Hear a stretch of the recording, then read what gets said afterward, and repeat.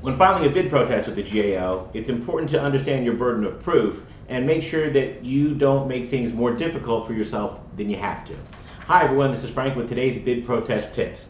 This case is from the GAO, and it involves a program to provide F-15G fighter aircraft maintenance and flying operations to personnel at Mountain Home Air Force Base in Idaho. Now, in this case, the unsuccessful bidder filed a protest, essentially challenging the terms of the solicitation, arguing that the lowest price technically acceptable award basis was inappropriate. The protester also argued organizational conflicts of interest and challenge to a sole source contract, inadequate basis for the sole source award,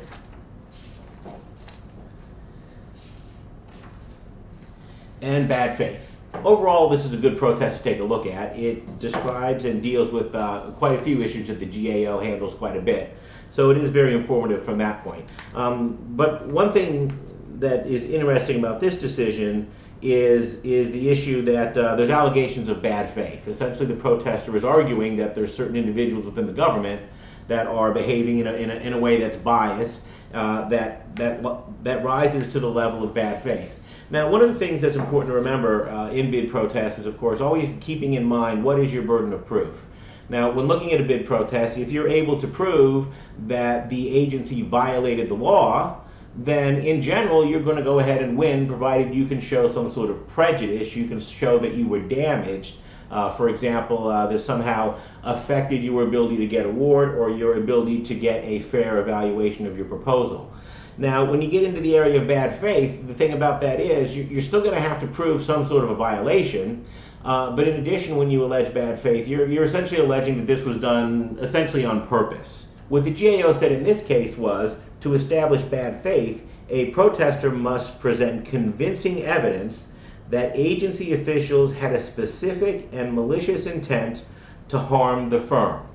Now, the thing about this is, this burden of proof, you've got to show some sort of an intent here. You've got to be able to show through some sort of evidence exactly what was going on in the person's mind when they were making this decision. And what you're trying to show with a bad faith claim is that what was going on in their mind was that they were specifically trying to injure you. Now, in many bid protests, I recommend against going this bad faith argument, and one of the biggest reasons is very clearly this. If the government acted in bad faith, then they of course did something improper. Now, it's easier to prove that they did something improper, but it may be harder to go ahead and prove exactly what they were thinking at the time that they did that, and that they specifically tried to injure you. So in many of these types of cases, you can show that the government violated the law, and you can win your protest without having to reach the very high burden of proof in showing that somebody was sort of maliciously out to get the protester. And in this case, not surprisingly, the bad faith claim was not well taken in the sense that it was dismissed. So when alleging bad faith claims in a bid protest, it's important to understand that, whereas before you had sort of the arbitrary and capricious reasoning standard that you would need to meet, now when arguing bad faith, you really up the ante as far as the evidence that you yourself have to prove. Now you've got to show something more than arbitrary and capricious.